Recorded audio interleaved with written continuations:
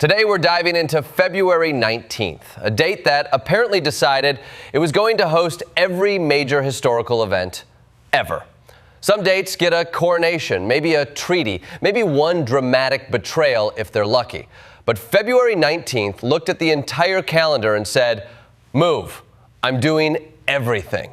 It's history's equivalent of that overachieving kid in class who not only does the group project alone, but also volunteers to present it while learning Mandarin just for fun. So let's walk through this chronologically. And by walk, I mean sprint, trip, fall into a volcano, get back up, invade an island, rewrite the universe, and then resign from a communist dictatorship. You know, normal Wednesday energy. Segment 1, empires, power, and the ancient tradition of men making terrible decisions. February 19th kicks off strong in the year 197 with the Battle of Lugdunum, which was basically Rome's version of a presidential primary.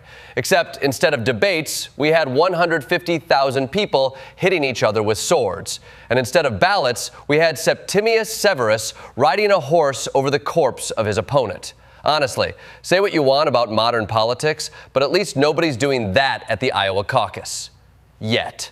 Severus wins, scores himself an empire, and then, in a move HR would definitely frown upon, executes almost 30 senators. Imagine your boss not only firing you, but eliminating your entire team because the quarterly report wasn't enthusiastic enough. Truly, a different era. Then we fast forward to 356, when Constantius II decides paganism has gotten too fun. Apparently, the temples, festivals, and those little statues with the very confident anatomy were just too much. So he bans pagan worship entirely. February 19th, the day someone said, "Hey, what if religion were less enjoyable?" A few centuries later, in 607, Pope Boniface III takes the stage. His biggest accomplishment? Getting the Byzantine emperor to officially say, yes, Rome is the boss of Christianity. A historic moment. Also the start of 1,400 years of arguments about who gets to be spiritually in charge. If February 19th had a slogan, it would be centralizing power since before centralizing power was cool. Segment 2, the universe expands, kings collapse, and the planet literally explodes. Now we jump to 1473, when a baby is born in Poland who will eventually break the entire universe. Nicholas Copernicus, the man who looked at the sky and said, "What if everything we believe for 1,000 years is wrong?" And just like that, humanity learns the Earth is not the center of the universe, something that, judging by social media, many people still struggle with today. Then we hit 1594 and visit Sweden, where Sigismund III Vasa is crowned king. He's Catholic. Sweden is very much not Catholic. This goes exactly as well as you think. It's like hiring a vegan to run a barbecue restaurant. Civil war erupts, bloodbath ensues, and by the time the smoke clears, Sigismund is out and Sweden is on a decade-long no kings with papal friends cleanse. And just when things seem spicy enough, February 19th says, "Hold my magma."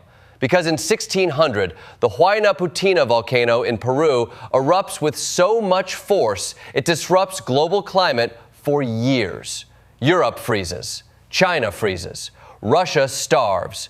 Entire agricultural systems collapse. One volcano says, "I'm going to change world history." And February 19th says, "Sure, hop in." This is the only date where one guy discovers the Earth moves around the sun, while the Earth simultaneously says, "Enough of this. I'm shaking everybody up." Segment 3, rebels, founders, and the Great Imperial Shakeup. Now, let's head to India, 1630, for the birth of Shivaji Maharaj, a man so good at guerrilla warfare that the Mughal Empire basically gets PTSD thinking about mountains.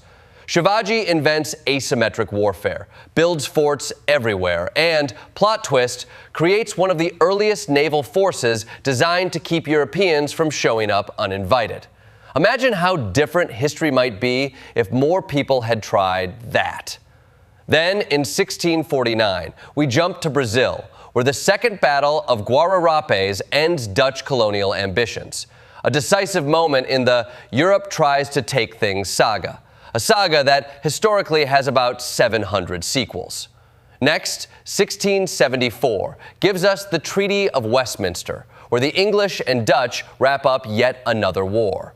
The Dutch hand back New Amsterdam, which becomes New York. Yes, the greatest city in the world exists because two European empires got tired and wanted to go home. This might be the only time in history that procrastination created a global cultural capital. And for added February 19th flair, the treaty also guarantees religious freedom and property rights in the region. A surprisingly decent move for two empires who usually treated rights like a limited-time promotional coupon. Segment 4. America's growing pains. Treason, cannibalism, emancipation, and the invention of Spotify's great-great-grandfather. Here comes 1807. Aaron Burr, former vice president, killer of Alexander Hamilton, and man who clearly didn't understand career pivots, gets arrested after allegedly trying to carve out his own country in the American Southwest. It's like he saw the Louisiana Purchase and said, "Cute land deal, but what if I were king?" He's caught, he's tried, he's acquitted, and his political career dies harder than any Broadway character in Act Two. Then we move to 1847, the Donners, the pioneers who said, let's take the shortcut the guy with no cart experience recommended. This ends exactly how horror movies teach you shortcuts end. A rescue party finally reaches them on February 19th, and everything they find is, well, not great. The Donner tragedy becomes America's annual reminder to pack snacks. Then we reach 1861, when Russia emancipates the serfs. Great news, millions of people are technically free. Bad news, they now owe 49 years of debt for the land they just received. It's like being told you've won a house, as long as you pay the mortgage, the insurance, and your landlord still gets to picnic in your backyard whenever he wants. And then the vibes shift dramatically in 1878, when Thomas Edison patents the phonograph.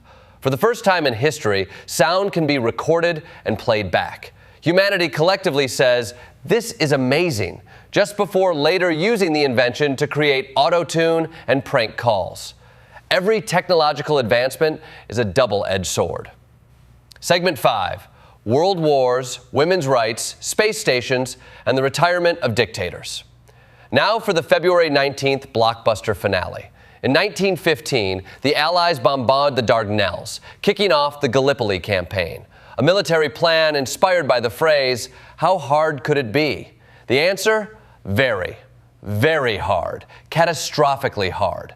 Churchill takes the blame, Turkey gets a national origin story, and Australia and New Zealand get a holiday where they politely pretend they are still mad about it. Then, in 1942, Executive Order 9066 authorizes the internment of Japanese Americans. A dark moment in U.S. history that reminds us fear plus nationalism equals terrible decisions every time. This is basically the historical version of, are we the baddies? And yes, on this date, we were. Next, 1945, the invasion of Iwo Jima. A brutal fight, enormous casualties, and one of the most iconic photographs ever taken, which, awkwardly, happened on day 4 of a battle that still had weeks of hell left. February 19th is the dramatic opening scene of a movie that continues long after the audience thinks the credits should roll. Then we get 1963, when Betty Friedan publishes The Feminine Mystique and single-handedly sets suburban America on fire. Metaphorically. Millions of women read it and go, oh, I'm not broken, society is. And just like that, the second wave feminist movement has its spark. Jump to 1986. The Soviet Union launches the Mir space station, a modular scientific platform that survives fires, collisions, and Soviet engineering. Mir becomes a symbol of cooperation, which is ironic because it was built during a time when cooperation was mostly theoretical. Then, in 1997, Deng Xiaoping dies after reshaping China into the economic force it is today. His legacy is a complicated cocktail. economic reform, political repression, and a foreign policy that basically says we'll open the markets, but the democracy stays outside. Finally, 2008. Fidel Castro resigns. After nearly 50 years in charge, he steps down, not with a dramatic speech or a parade, but a letter in a newspaper, the political equivalent of breaking up by text. His brother takes over, the world wonders if change is coming, and Cuba collectively shrugs as if to say, we'll believe it when we see it.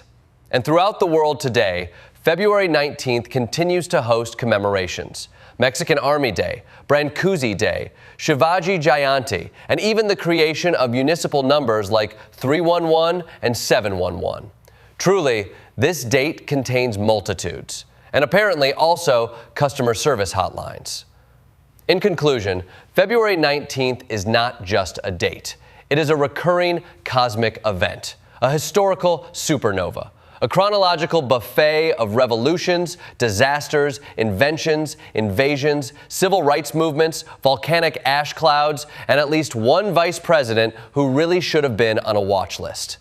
It's the day where emperors rise, volcanoes explode, science rewrites the universe, wars pivot, women demand equality, dictators retire, space stations launch, and entire nations rethink who they are. If history were a TV show, February 19th would be the episode where everything happens at once, and the writers go, yeah, we're doing a season finale in the middle of February. Deal with it. And that's Today in History.